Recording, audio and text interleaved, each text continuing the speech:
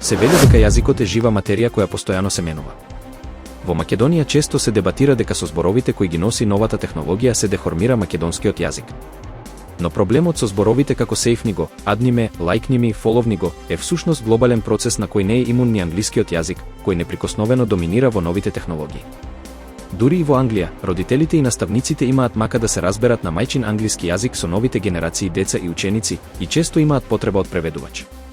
Издавачот Колинс, кој веќе 40 години е пионер во дигиталното архивирање и издавање речници, секоја година додава нови зборови во англискиот јазик и од нив избира збор на годината.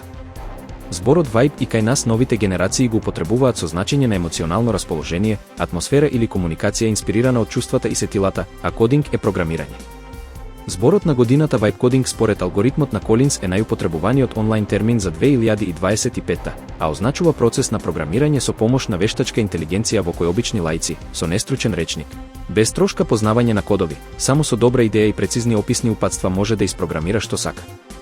Високо на листата на Колинс годинава е и зборот кланкер, кој се употребува како погрден термин за чатботови кои се неверодостојни, импровизираат и лажат. Јас сум вашиот виртуелен чатбот спикер, се викам Александар, немам презиме и не сум кланкер. А сега лайк, фолоу и субскрип на сите канали и страни на Вистинска телевизија на YouTube, Facebook, Instagram, TikTok и X.